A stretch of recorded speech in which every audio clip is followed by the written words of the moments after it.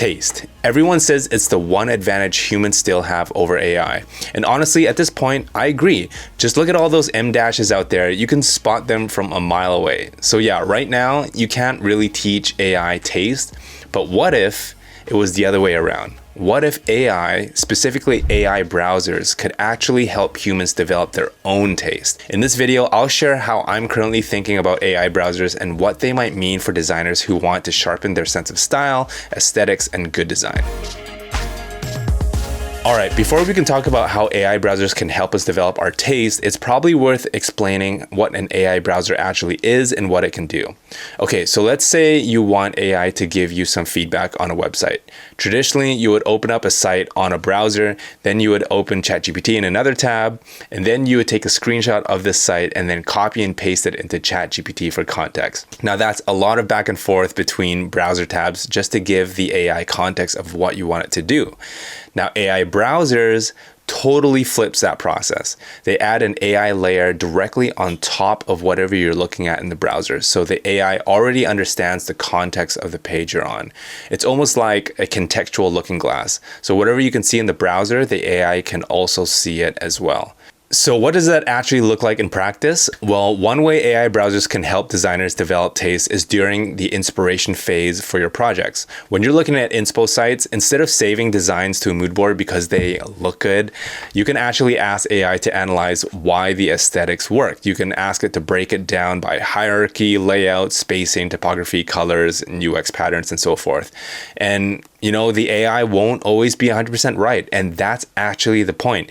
You still make the final call. You decide whether you agree or disagree with the analysis. But over time, this trains your eye to recognize what works, what doesn't work, and why. Now, there are a few AI web browsers on the scene. There's Atlas by OpenAI, Comet by Perplexity, and Dia by the browser company.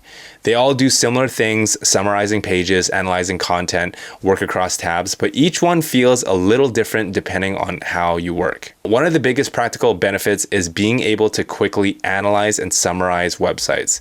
You spend less time consuming and more time deciding.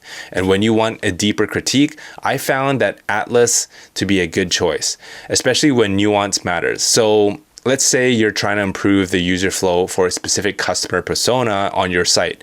You can ask questions like which UX patterns are working here and why, or what's missing that would better serve my audience or strengthen my brand. Another great way AI browsers can help is when you're doing market research or competitive analysis.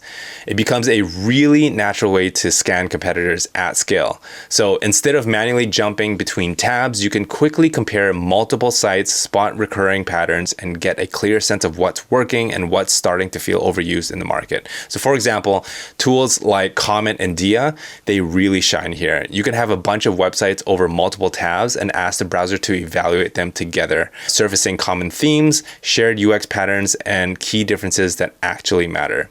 There's also agent mode where the browser can act on your behalf. Conceptually, it's exciting. In practice, I find it's still early. It can be slow, inconsistent, and raises some real privacy issues once you involve things like your inboxes or your credentials. It has a lot of potential, but for me, I think it's something I probably wouldn't rely on yet. Okay, so now we know what AI browsers are. I want to talk about what taste means for designers. Now, taste is the ability to consistently recognize what works, what doesn't, and why. And it's all contextual. It's not just personal preference or a sense of style. What it really comes down to is judgment under constraints. And for designers, those constraints are things like a goal of the design. Is it meant to convert or build trust? The audience, who is it for and what do they care about? And the brand, does the tone of the message feel on brand? And I like using this analogy. Taste is like a referee. It's about knowing the rules, understanding the game, and making good calls in real time. And that's where AI browsers can help.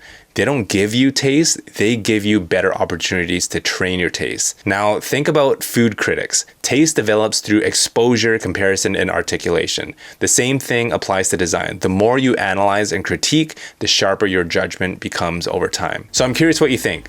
Can AI browsers play a role in developing taste as a designer, or does taste only come from something that stays firmly human? Let me know in the comments below. I'd love to hear your perspective. Thank you for watching. I will see you next time.